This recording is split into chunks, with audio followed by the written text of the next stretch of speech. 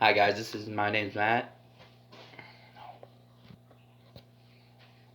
Hi guys, my name's Matt, and what I'm here to talk to you guys today about is how to choose the right size and type of aquarium for the fish that you want to keep, and that is very important. There's three major things you gotta kind of look into when you're getting your first aquarium. Maybe it's not your first aquarium, maybe in a while, but there's still three things you gotta look at. One is the type of fish you're going to keep, because that is definitely going to determine whether you need a small, medium, or large aquarium.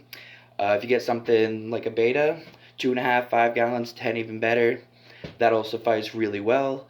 Uh, but if you're going into, say, like Mbuna African cichlids, 55, 75, bigger the better.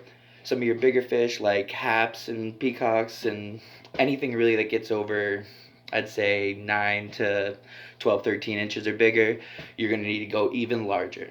The bigger, the better. Now, uh, another thing you got to worry about is your funds. How much can you afford without breaking your bank? A lot of people go into the hobby, get their fish, get this, get that, and then they look at themselves like, hey, I'm broke. Fish keeping is a very, very expensive hobby, especially if you do it correctly. But it doesn't always have to be. There's plenty of other channels out there that have DIY things like that. If you look at the king of DIY, Joey, his videos have helped me out tremendously over the years that I've been keeping fish, and I would encourage you like tenfold. Go watch his videos. They're awesome. They're great. They teach you how to build things, teach you basically anything you need to know, anything you want to build.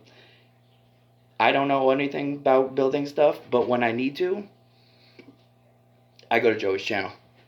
Um, Another thing is, how much space do you have in your house?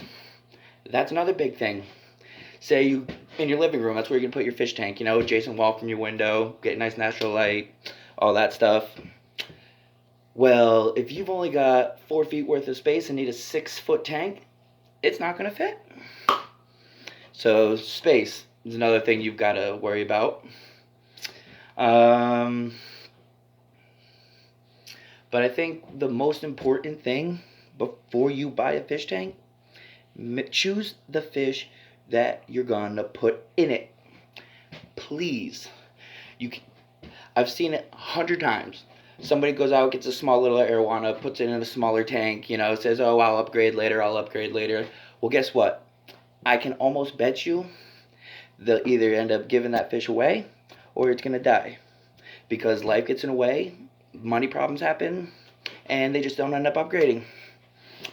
Um, you have three basic materials for your tanks. It's going to be glass, acrylic, and plastic. I don't recommend plastic tanks. Most of them are really, really small, like those beta tanks you see in Petco. They scratch easy, and believe it or not, you drop that thing, it's going to crack, like almost every time. Uh, Acrylic. They're lighter than glass. They're really good. You can buff scratches out of them and all that. But they're expensive. And if you have a small budget, acrylic's not going to be for you. Like me and probably 90% of the other fish keepers out there, glass is going to be your way to go. It's cheap, durable, looks good, nothing wrong with it. Glass. And what else can I say to you about choosing your first fish tank?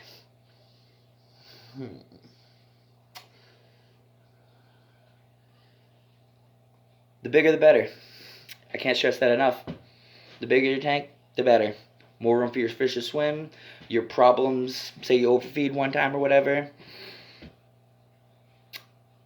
If you overfeed a 10-gallon tank, it's going to be way, way more detrimental and way, way more noticeable than, say, a 55, 75-gallon tank.